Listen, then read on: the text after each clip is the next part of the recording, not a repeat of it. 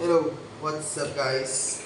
Ito nga tayo ngayon, mag-tutorial tayo patching ng 295 using Tiger Touch 2. Tiger Touch 2. Okay, first step, pindutin natin ang patch.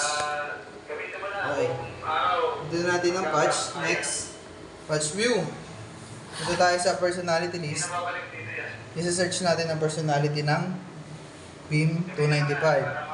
So, nung nag-search kami, ang compatible sa kanya, itong 17R 380. So, select lang natin. Then, punta tayo sa groups.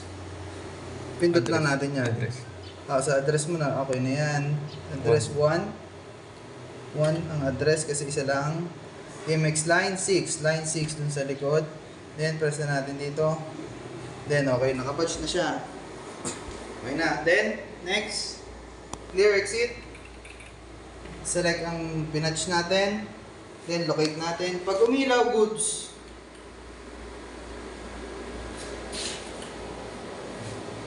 Clear exit.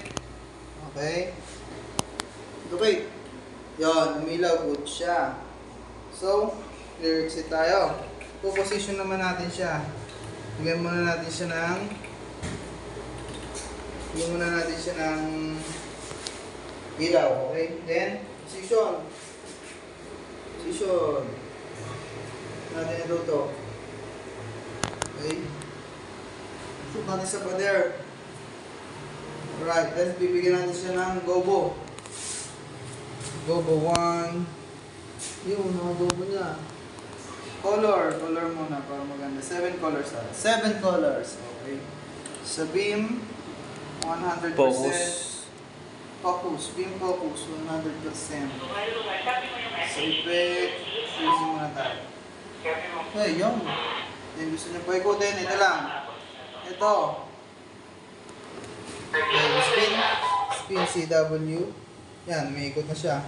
Pwede mo siyang papagalin. Clockwise. Clockwise. Yan, continuous. Yan. Pwede mo siyang palakihin pa. Ito lang. Yung, lumaki pa siya. Ay, bumabangga siya.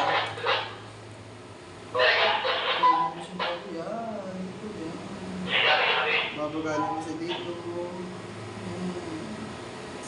Okay? That's okay na. Intindihan niyo ba?